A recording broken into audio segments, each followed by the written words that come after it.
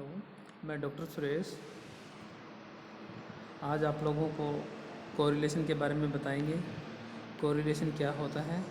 Correlation maximum एक हो सकता है। कोरिलेशन हमारे पास में दो श्रृंखलाएं होती हैं, उन दो श्रृंखलाओं को मध्य में हम तय करते हैं कि कोरिलेशन क्या होता है।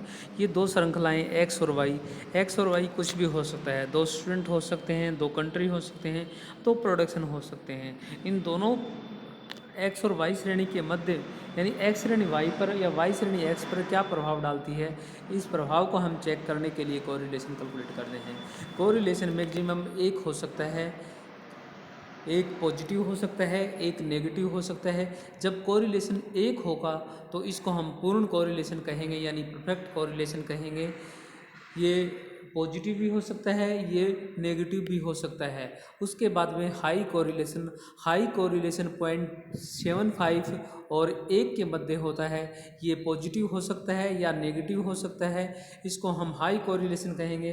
फॉर एग्जांपल, अगर 0.75 और 1 के मध्य अगर कोई कोरिलेशन आता है तो ये कोरिलेशन हाई कोरिलेशन होगा। अगर पॉजिटिव आता है तो इसको पॉजिटिव कहेंगे, अगर नेगेटिव आता है तो इसको नेगेटिव कोरिलेशन कहेंगे। उसके बाद में मॉडरेट कोरिलेशन 0.25 और 0.75 के मध्य होता है। ये पॉजिटिव और नेगेटिव दोनों हो सकता है।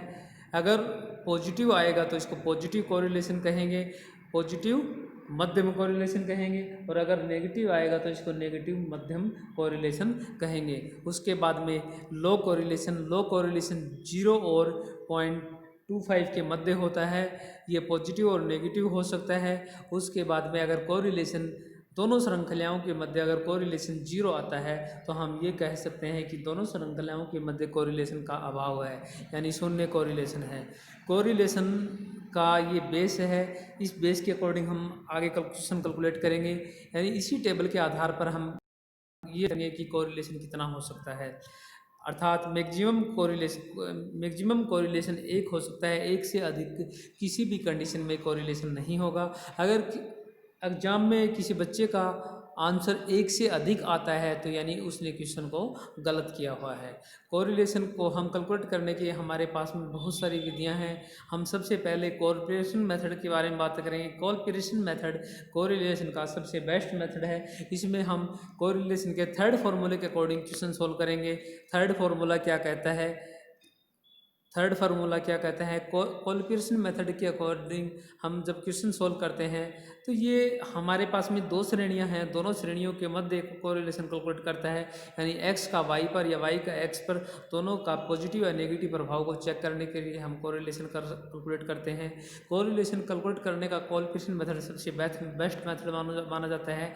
इसमें हम कोरिलेशन को हम आर से शो करते हैं, यानी स्टैटिक्स में कहीं भी r is equal to correlation, यानी आर इज इक्वल टू, इसका मेथड ये है sigma d x d y into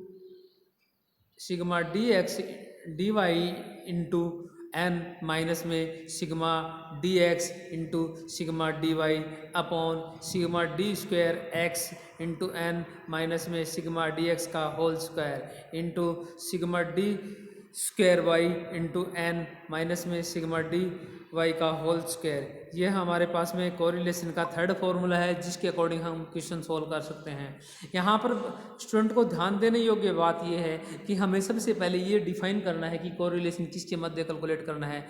कई बार हमारे पास एग्जाम में क्वेश्चन इस प्रकार का आ जाता है कि हम डिफाइन नहीं कर पाते हैं कि कोरिलेशन किसका कैलकुलेट करना है, लेकिन अगर आप क्वेश्चन को सही तरीके से पढ़ोगे, उसकी लैंग्वेज को पढ़ोगे, तो आपको ये पता चल जाएगा कि कोरिलेशन किसका अकॉर्डिंग डिफाइन करना है।